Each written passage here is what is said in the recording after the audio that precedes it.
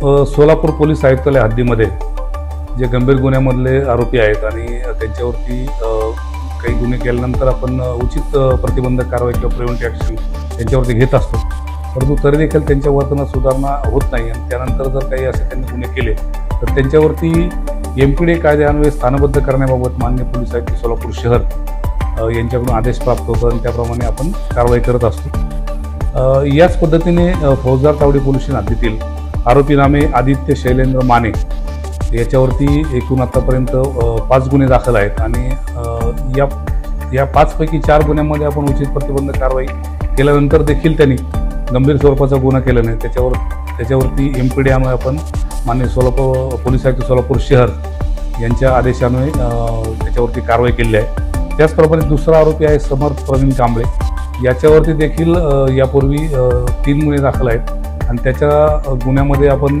कारवाई केली, परंतु त्याच्या वर्तनात कुठली सुधारणा न झाल्यामुळं त्याच्यावर परत आपण एक गुन्हा घडल्यामुळं त्याच्यावर देखील MPDA अन्वये कारवाई केली। या दोन्ही आरोपींना माननीय पोलीस आयुक्त सोलापूर शहर यांच्या अधिकृत आदेशान्वये या 2 आरोपींना आपण स्थानबद्ध केलेलं आहे आणि त्यांना स्थानबद्ध करून येरोळा जेल या ठिकाणी विविध कायदेशीर कारवाईमध्ये त्यांना त्या ठिकाणी जमा केलेला आहे। तर या दोघांची नेमकी गुन्हे कोणत्या स्वरूपात? या दोघांचे गुन्हे आहेत की लोकांना जबरी दुखापत करणे, त्याचप्रमाणे धाकट दबाशा दाखवणे, त्यामध्ये खंडणीसारखे गुन्हे असतील किंवा काही घातक शस्त्राने मारहाण करणे आणि कॉमन पब्लिक किंवा आम जनतेमध्ये दहशत पसरवणे अशा पद्धतीचे गुन्हे करतात, त्यामुळे आपण याच्यावरती ही कारवाई केलेली आहे।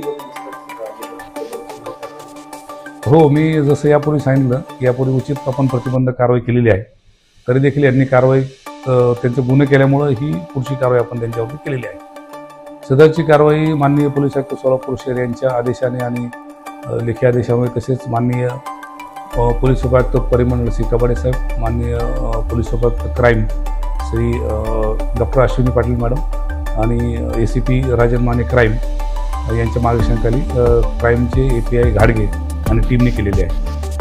तसेच यापुढे देखील असे कोणी आरोपी या पद्धतीने गुन्हे करणार असतील तर त्यांच्यावरती याच पद्धतीने कारवाई केली जाईल।